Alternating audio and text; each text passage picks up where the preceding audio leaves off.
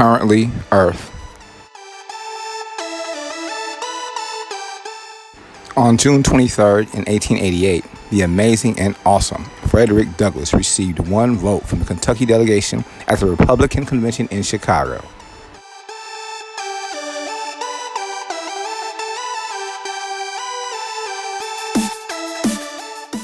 This made Mr. Douglass the first Black American nominated to be a U.S. presidential candidate, although this was actually the second time that Frederick Douglass received a single vote to be a U.S. presidential candidate.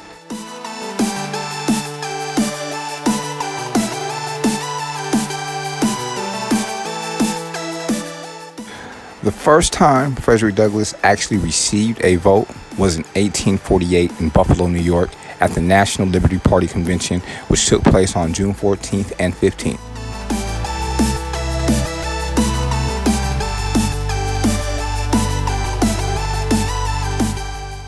I should also note that the awesome Frederick Douglass was nominated as a vice president of the United States candidate during the Equal Rights Party Convention in June of 1872. He was scheduled to run with the beautiful Victoria Woodhull, who was nominated as the presidential candidate for the Equal Rights Party. For reasons that I cannot disperse due to lack of knowledge on the subject, Frederick Douglass declined the nomination to run as vice president with Victoria Woodhull.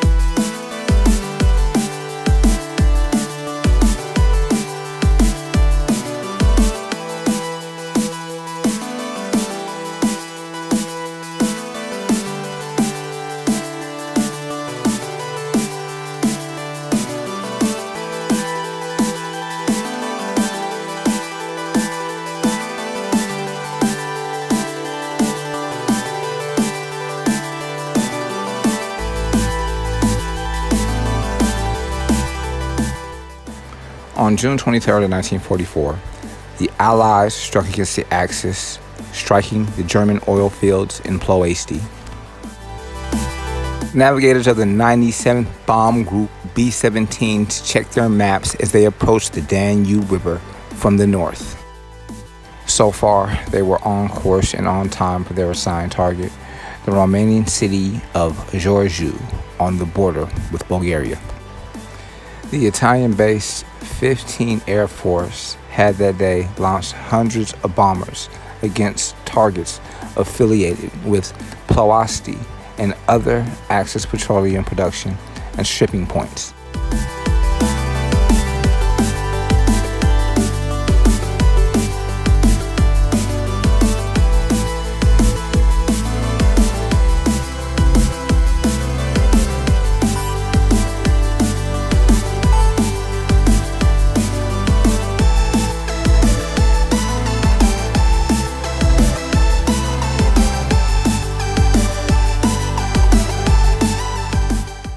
It was a Friday, June 23, 1944.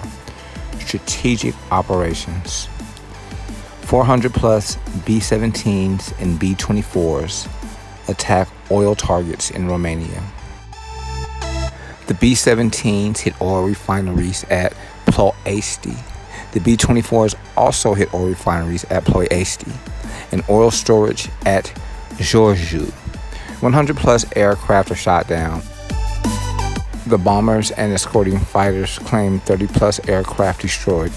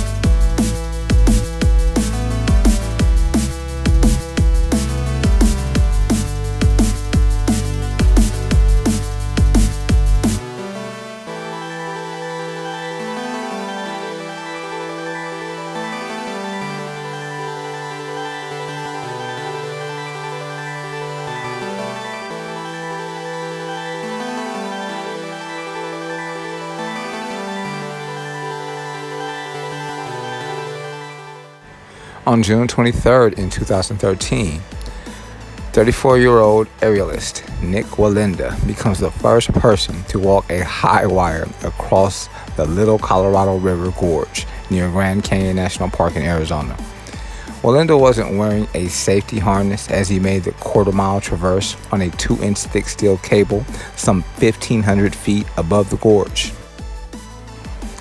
In June of the previous year, Wallenda, a member of the famous Flying Wallenda's family of circus performers, became the first person to walk a tightrope over Niagara Falls. Nik Wallenda learned to walk on a wire as a young boy and made his professional debut as an aerialist at age 13. He went on to set a number of Guinness World Records, including the longest tightrope crossing on a bicycle and the highest 8-person tightrope pyramid. In 2011, Wallenda hung from a high-flying helicopter above Branson, Missouri, by his teeth. June 15th, in 2012, Nik Wallenda became the first person to walk directly over Niagara Falls on a high wire. He crossed an 1,800-foot-long, 7-ton wire from the U.S. side of the falls on the Canadian side at a height of around 200 feet in about 25 minutes. Because the event was televised around the world, broadcast officials required the famous funambulist to wear a safety tether in case he fell. The following June, Wallenda made his Grand Canyon traverse, wearing jeans and a t-shirt and holding a 43-pound balancing pole. He prayed out loud as he walked untethered across a 1,400-foot-long, 8.5-ton cable suspended 1,500 feet above the Little Colorado River. It was the highest walk of his career up to that point, and he completed it in just less than 23 minutes. Awesome.